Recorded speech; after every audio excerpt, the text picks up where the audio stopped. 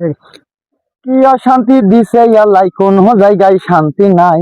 শান্তি গো এই অবেলায় আবার কিটা কি করতেছে? কৃষক বন্ধু, ওয়ালাইকুম আসসালাম। কেমন আছেন স্যার? আলহামদুলিল্লাহ ভালো। আমি একটু লেকের ধারে একলা একলা আসলাম। কি মন দিয়ে স্যার, বহুত দিন পর আসলাম স্যার, বহুত দিন পর দেখা স্যার আপনার সাথে স্যার। অনেকদিন পর না? জি স্যার, বহুত দিন পর দেখা স্যার। হ্যাঁ, তো এখন কি অশান্তি, কি নিয়ে কি হচ্ছে আমি তো কিছু বুঝলাম। আর কি বলো স্যার, গরিব মানুষের জীবন বোঝেনি তো স্যার। এই সারাদিন মনে করেন কি এই লোকের এই বগরের মতন কামলা দিয়েছে স্যার। এই কখন মনে করেন কি যে বাড়ি যাবো, সেই আইসি সেই বেলা মনে করেন 7টার সময়, এই বেলা বাদে মনে করেন এখন এই 6টা, এখনো মহাজন মনে করেন ছাড়ছে না। তা কি বলবো, যে তাই বলছি যে কি অশান্তি দিছে আল্লাহ, কোন জায়গায় শান্তি। কোনো সমস্যা না, তবে মানুষের যে প্রাথমিক জ্ঞান, মানুষের যে প্রাথমিক জ্ঞান, সেই জ্ঞানটা সম্পর্কে আপনার কোনো ধারণা আছে? কি বলেন তো, ওটা মানুষের প্রাথমিক জ্ঞান মানুষের, আপনি তো মনে হয় জানেন না।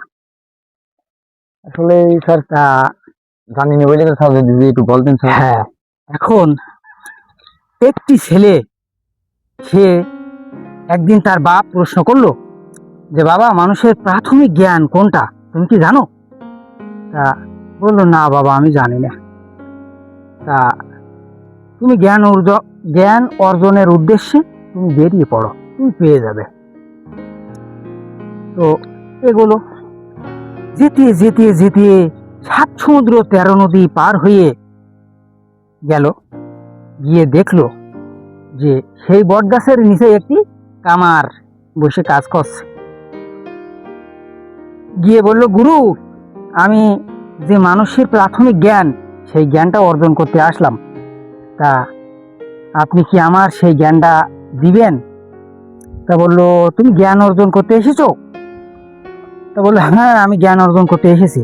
তো বললো, ঠিক আছে বাবা, তো তুমি কাজ করো, তুমি জ্ঞান অর্জন তুমি করতে পারবে, তুমি পেয়ে যাবে। কাজ করলো 6 বছরের মাথায় একদিন তাকে জিজ্ঞাসা করলো যে বস, আমার সেই প্রাথমিক জ্ঞানটা কি? বললো, কাজ করো, তুমি তুমি পেয়ে যাবে। তারপর 9 বছরের মাথায় আবার জিজ্ঞাসা করলো যে বস, আপনি তো বললেন না আমার যে প্রাথমিক জ্ঞান, আমি যে আসলাম এতদিন কাজ করছি, আপনি তো কিছুই বললেন না। তুমি কাজ করো, পেয়ে যাবে। 1 যুগ 12 বছর পর বলল, গুরু আপনি কি বলবেন না?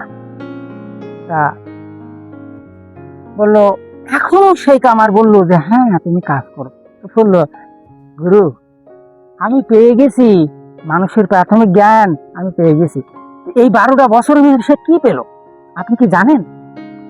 যদি বলতেন স্যার তাহলে তো খুব ভালো হতো স্যার। জানি না বললে তো স্যার, জানেন মূর্খ সূর্খ মানুষ স্যার, এই কামলা দিয়ে খাই। এই 12টা বছরের ভিতরে সে পেল ধৈর্য। আমরা যে রাগ করি সাধারণত, এই রাগ কন্ট্রোল করার জন্য হযরত মুহাম্মদ সাল্লাল্লাহু আলাইহি সাল্লাম বলেছেন, ধৈর্য এমন একটি গাছ যার সর্বাঙ্গে কাটা, কিন্তু ফল অত্যন্ত সুস্বাদু মজাদার। সুবহানাল্লাহ, কত সুন্দর কথা। ওকে, ধন্যবাদ। এত সুন্দর একটা গল্প বলবেন স্যার, কি বলবো স্যার, জীবনে ভাবতে পারেন না। আসলে কামলাদার মানুষ স্যার, এই জানেন তো লোকে দাঁড়ে দাঁড়িয়ে ঘুরতে স্যার, এই কখন আইসি এই বাড়ি যাবো।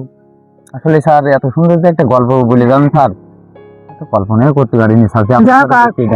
হ্যাঁ, ভালো থাকবেন, সুস্থ থাকবেন, আমার জন্য একটু দোয়া করবেন ইনশাআল্লাহ। আসসালামু আলাইকুম।